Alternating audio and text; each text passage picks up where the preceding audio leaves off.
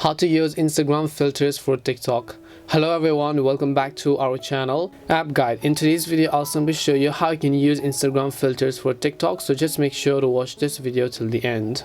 In order to use Instagram filters for TikTok, for example, I understand what your question is. You want to post, let's say, a photo, a slideshow, or a video on TikTok, but by using the Instagram filters. That's what you're talking about, right? So in order to do that, first of all, let me just go ahead and show you a photo on my gallery.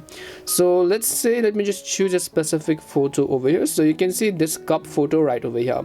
I want to upload this into my TikTok account, but I want to use the Instagram filters. Directly on TikTok, I will not be able to do that. So first, I will go ahead and then open up Instagram. Then once I open up Instagram, what I will do is I'll just tap on the plus icon from the bottom. Then I'll just go ahead and then choose that specific photo over here, as you can see. Now once I've selected the photo, I'll just go ahead and copy it and then just hit the next button over here, and then I'll choose the filter that I want to use. I'll just convert it to black and white so that it's recognizable for you, right? So now I'll just tap on the arrow button. Now once I tap on the arrow button, I will not post it. What I will do is I'll just turn off my Wi-Fi and then turn on my airplane mode over here.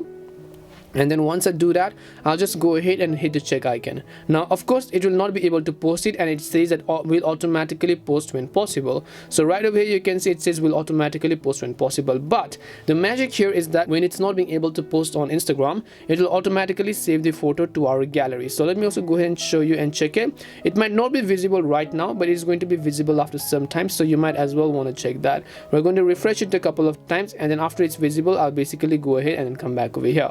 So as you can see, the photo will be automatically saved to our gallery. Now once it has been automatically saved to your gallery, just come back and then tap on the three dots, and now you can discard this post, right?